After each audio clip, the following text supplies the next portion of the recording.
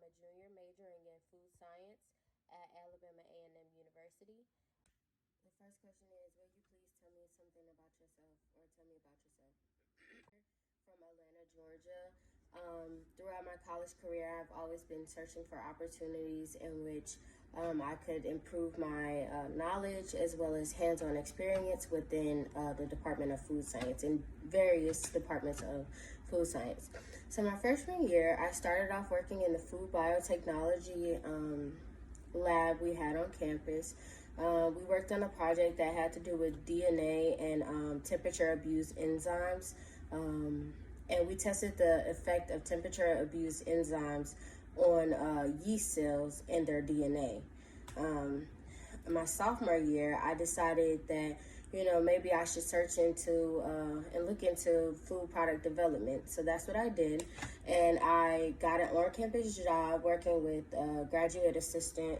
Well, I was a graduate assistant working with a graduate student. And what we did was we developed a product that was targeted towards vegan children. It was supposed to serve as an alternative fried frozen food. What we came up with was using eggplant as an alternative for fish, and we used the whole grain wheat flour to bread the eggplant before it was fried and then flash frozen into a frozen product. So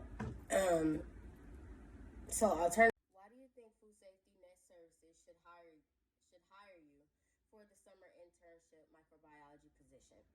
So I believe that I am a good candidate for this position because I have the necessary coursework, including food microbiology classes and labs, regular microbiology class and lab. I have, as well as the relative coursework, I have a hands-on experience with my internship this past summer, as well as, my current research that's being done in the lab as of now. So I feel like this makes me a good candidate because I have the knowledge. Although there is room for improvement and more knowledge to be gained, but I feel like I have a good background and a good base knowledge of food microbiology. The next question is, will you please tell me an example of when you had a challenge and how you responded? So going back to my internship, it was very difficult to find the certain parameters for to tell which could work for like the different concentrations of like dealing with time and the certain equipment that we were going to use, specifically which containers that we were going to test the product in, because that has a lot to do with the outcome of the product or the outcome that you do gain.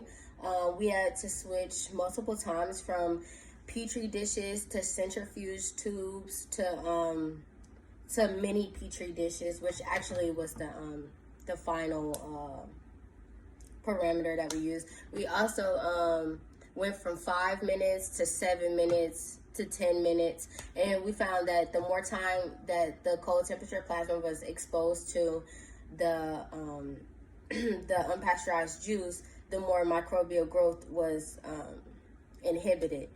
And so it was very difficult to get to that result, but I just kept my cool. We tried different things. Every time something didn't work, we never gave up.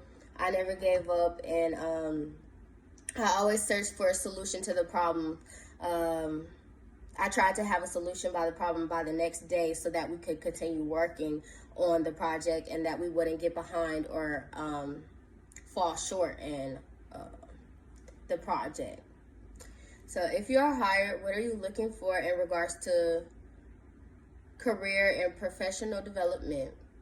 So I'm looking for a career for this position specifically, I am seeking to gain more knowledge so that when I do graduate and I do get an entry-level job, that I can have a good background and a lot of research to fall back on. Not just to fall back on, but also to have to refer to for future projects. I'm looking for a job in which I can grow in the company. I can, start here and go anywhere. Meaning, I can start at, as an entry level position, and then rise up into, leadership positions such as manager or senior level positions and stuff like that. At the end of my sophomore year, I started to look at internships, and I ended up landing an internship with UAH, and it was an undergraduate program for Alabama students. So what we did was we worked on a project that was food microbiology related, and we tested cold temperature plasma on unpasteurized juice products, because unpasteurized juice products are growing in popularity and demand. So it was very successful, although we had to try multiple times and with multiple parameters, but we ended up being very successful with that project. So currently I work on campus as a graduate assistant in the food microbiology lab, participating in the internship here at Alabama A&M with the UAH partnership. I ended up landing this on-campus job within the food microbiology lab. So what we're working on this semester is testing different sanitizers on produce, so specifically pistachios as well as peppers. We're just testing to see at different concentrations which concentration of sanitizer would be most efficient in preventing the microbial growth on the pistachios as well as the peppers. The next question is, why do you think food safety net?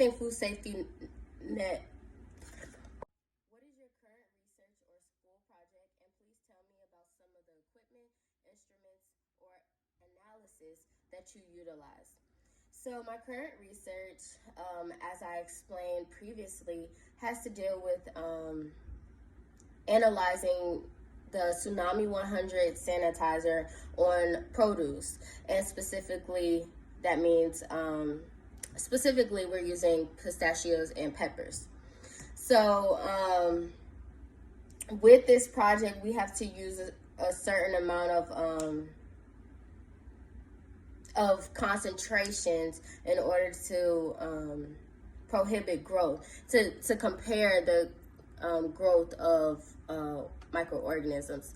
So we're thinking about using the concentration of a 0.5, 0.75, and also 0.25 to see if there's some differences between using different concentrations.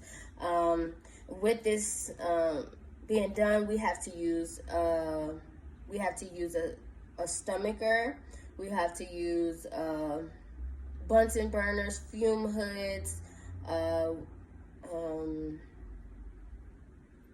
also have to perform statistical analysis on the project to evaluate whether it worked or not, because pictures are great. Pictures are great, but it's good to know from a statistical point of view of whether, the log reductions of microorganisms, and that's how you determine whether the product, or not the product, but whether you determine if the sanitizer in each concentration actually worked to prevent microbial growth.